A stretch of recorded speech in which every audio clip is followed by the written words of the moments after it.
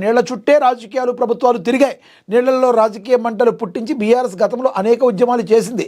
ఒక తెలంగాణకే కాదు, దేశంలోని అనేక రాజకీయ పార్టీలు సందర్భం వచ్చినప్పుడల్లా నీళ్లలోనే నిప్పులు పుట్టిస్తాయి. అలాంటి రాజకీయంతో ముడిపడ్డ నీటి వస్తువును రాజకీయం పక్కన పెట్టి కూర్చొని పరిష్కారం చేసుకుందామని ముఖ్యమంత్రి ప్రతిపాదించడం పెద్ద సంచలనం. అదొక సాహసంగా చెప్పాలి.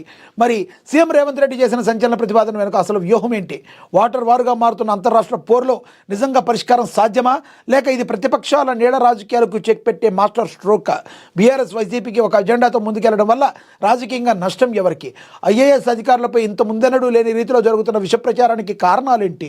చట్టాలు రూపొందించే వ్యవస్థలో కాపాడే అధికారుల ఆత్మస్థైర్యం మరి దెబ్బతీయడం వల్ల కలిగే ప్రయోజనాలేంటి?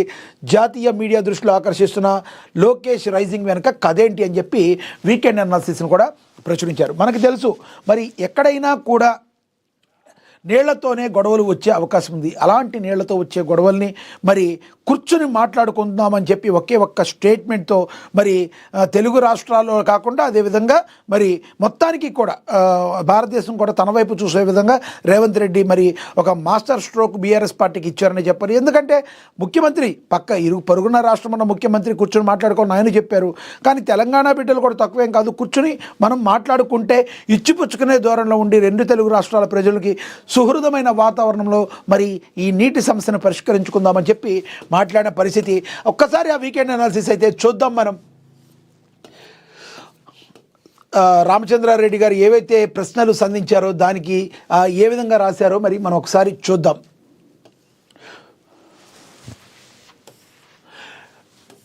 నిప్పు రాజేస్తుంది మరి తెలంగాణ ఆంధ్రప్రదేశ్ రాజకీయాల్లో వేగంగా మారుతున్న తాజా రాజకీయాలపై ఏఎంసీఓ సెట్ జర్నలిస్ట్ కంది రామచంద్రారెడ్డి వీకెండ్ అనాలిసిస్.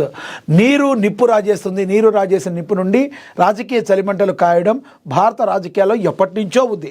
నదులు ప్రవహిస్తాయి కానీ చుట్టూ రాజకీయాలు నిలిచిపోతాయి. అదే నేటి దక్షిణ భారత రాజకీయాల విషాదం. నీటి వివాదాలు నిప్పుల కుంపటిగా మారిన తరుణంలో తెలంగాణ ముఖ్యమంత్రి రేవంత్ రెడ్డి చేసిన తాజా ప్రతిపాదన సాధారణ రాజకీయ ప్రకటన కాదు. నీళ్లను రాజకీయాల నుంచి బయటకు తీసుకురావాలి అని, శాస్త్రీయంగా పరిష్కారం వెతుకుదామని మాటకు ఒకవైపు సంచలనం, మరోవైపు సాహసం. దీని ద్వారా ముఖ్యమంత్రి నీళ్ల విషయంలో చిత్తశుద్ధితో ఉన్నారని చెప్పడంతో పాటు ప్రతిపక్ష రాజకీయాలను చెక్ పెట్టే వ్యూహంగా కూడా ఇది కనబడుతుంది. మరి నీళ్లతో ముడిపడ్డ తెలంగాణ రాజకీయ చరిత్రని, అలాగే రేవంత్ వ్యూహం ఏంటో కూడా మరి సీఎం రేవంత్ రెడ్డి చెప్పింది నీళ్లపై యుద్ధం కాదు, నీళ్లపై సంభాషణ జరగాలని కోరుకుంటున్నారు. చర్చల ద్వారా ప్రతిపక్ష ఆయుధాన్ని మొద్దుబార్చడం వ్యూహంగా కనబడుతుంది. ఇప్పటి వరకు నీళ్ల అంశాన్ని రాజకీయంగా వాడిన బీఆర్ఎస్ ఏపీలో వైసీపీ అంశాన్ని అజెండాగా మలిచాయి. రాజకీయాలకు కాదు పరిష్కారానికి సిద్ధమనే వ్యూహం ప్రతిపక్షాలను డిఫెన్స్లో నెట్టేసే అవకాశం ఉంది. నీళ్ల వివాదాలు సాధారణంగా ప్రాంతీయ పరిమితుల్లోనే ఉంటాయి, కానీ రేవంత్ వాటిని సమాఖ్య సమస్యగా మార్చే ప్రయత్నం చేస్తున్నారు. రాష్ట్రాల మధ్య యుద్ధం కాదు, సమాఖ్య స్పృహ కావాలి అని అది జాతీయ మీడియాలో కూడా హైలైట్ అవుతుంది. జాతీయ రాజకీయాల్లో ఇలా కోరుకునే రాష్ట్రాలు నేతలు చాలా అరుదుగా ఉంటారు. దక్షిణ భారతంలో నీటి యుద్ధాలు అనేక పాఠాలు చెబుతాయి. కావేరీ కర్ణాటక వర్సెస్ తమిళనాడు, అలాగే Periyar Kerala versus Tamil Nadu, Polavaram AP versus పొరుగు రాష్ట్రాలు. ఈ అన్నిటిలో కూడా కామన్ పాయింట్ ఒక్కటే, రాజకీయ లబ్ధి కోసం ఉన్నంతకాలం వివాదం బతుకుతుంది, పరిష్కారం మాత్రం తరతరాలకు వాయిదా పడుతుంది. ముఖ్యమంత్రి రేవంత్ రెడ్డి వీటికి భిన్నంగా రాజకీయ లాభాన్ని పక్కన పెట్టి నీటి పరిష్కారం అసాధ్యం అని భావిస్తున్నారు ఎవరైతే ఉన్నారో. రాజకీయాలకు అతీతంగా రాజకీయ ప్రయోజనాలు ఇమిడి ఉంటాయి, కానీ జల వివాదాలకు శాశ్వతంగా ఫుల్ స్టాప్ పెట్టే ప్రతిపాదన తెలుగు రాష్ట్ర రాజకీయాలు ఎలా ప్రభావితం చేస్తుందో చూడాలని చెప్పి మరి వీకెండ్ అనాలిసిస్లో మరి రాశారు. అదేవిధంగా మరి అధికారులపై దాడులు. ఇటీవల తెలంగాణ రాష్ట్రంలో ఐఏఎస్ అధికారులపై విష ప్రచారం జరుగుతుంది. కొందరు మంత్రులు ప్రభుత్వాన్ని అస్థిరపరిచేందుకు, బురద జల్లేందుకు ఐఏఎస్ అధికారుల పేర్లను ప్రస్తావించడం, వారి మీడియా స్టోరీల్లో వస్తువులుగా వినియోగించడంపై ఐఏఎస్ అధికారుల సంఘం, ఐపీఎస్ అధికారుల సంఘం ముడిపడింది. ఫైళ్ల ఆధారంగా కాదు, ఫేక్ నరేటివ్ల ఆధారంగా అధికారుల ఆత్మస్థైర్యం దెబ్బతీసే ప్రయత్నాన్ని అధికార వర్గాల్లో తీవ్ర ఆందోళన వ్యక్తమవుతుందని కూడా దీనిలో మరి ప్రచురించడం జరిగింది. ఇక ఏపీ రాజకీయాల్లో లోకేష్ రాజకీయ పరిణితి, పెట్టుబడుల కోసం, ఏపీ ఇమేజ్ బిల్డింగ్ కోసం పడుతున్న తపను జాతీయ మీడియా మద్దతు లభిస్తుంది. జాతీయ మీడియాలో లోకేష్ రైజింగ్ అంటూ వస్తున్న కథనాలు తనను తాను మలుచుకుని సాధించిన విజయంగా టీడీపీ అభిమానులు, కేడర్లు పేర్కొంటున్నారు.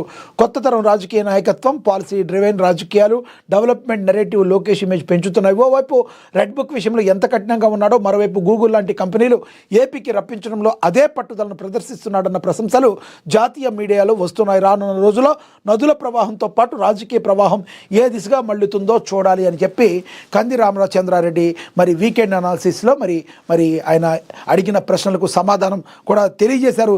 ఇది వీకెండ్ అనాలిసిస్ అనేది ప్రజల మనసుల్లో ఉన్న భావాలను ఏదైతే ఉందో మీ ముందు తెచ్చే ప్రయత్నంగా మరి కంది రామచంద్రారెడ్డి ఏఎన్సీఓ చెప్పడం జరిగింది. అయితే దీనిలో ప్రధానంగా మనం చూసుకోవాల్సింది నీళ్ల విషయంలో ఇప్పటి వరకు ఎవరూ కూడా చేయని సాహసాన్ని తెలంగాణ సీఎం రేవంత్ రెడ్డి కూర్చుని మాట్లాడుకుని పరిష్కరించే దిశగా తెలుగు ప్రజలందరికీ కూడా ఇచ్చిపుచ్చుకునే దూరంలో ఉండే విధంగా మరి ఈ నీటి సమస్య మీద ఎప్పుడూ మంటలు రేగుతూ ఉంటాయి.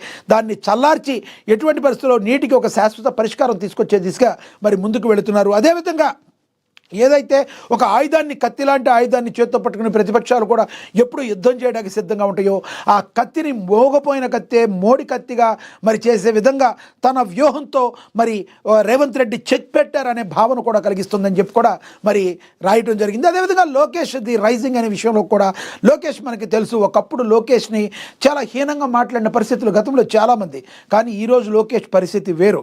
మరి చంద్రబాబు నాయుడు తనయుడిగా కాకుండా ఒక మంత్రిగా తన మార్క్ రాజకీయంతో మరి ముందుకు దూసుకుపోతున్నారు నారా లోకేష్ అని చెప్పి మరి చెప్పడం జరుగుతుంది. జాతీయ మీడియా కూడా రైజింగ్ లోకేష్ అని చెప్పడానికి కూడా తనను తాను మలుచుకున్న తీరు, ఏ రకంగా ముందుకు వెళుతున్నాడు. అఫ్కోర్స్ ఆయన అంతకుముందు బలవంతం పెట్టినప్పటికీ, కొన్ని ఇబ్బందులు పెట్టినప్పటికీ వైసీపీ పార్టీ రెడ్ బుక్ అని కొన్ని కఠిన నిర్ణయంగా ఎలా ఉన్నారో అంతే విధంగా తను ఐటీ శాఖ మంత్రిగా తను ఎన్ని సక్సెస్, తను ఒక చదువుకున్న వ్యక్తిగా రాష్ట్రానికి ఎంత మేలు చేకూర్చాలో అంత మేలు చేకూర్చడానికి ముందుకు వెళుతున్నారు అనే మాట వాస్తవం అని ప్రజల్లో ఇది భావన బాగా ఉందని కూడా ప్రచురించడం జరిగింది. మీరేమనుకుంటున్నారు ఈ వీకెండ్ అనాలిసిస్ గురించి? మీరు కమెంట్ బాక్స్ రూపంలో కమెంట్ చేయండి. ఇక చూద్దాం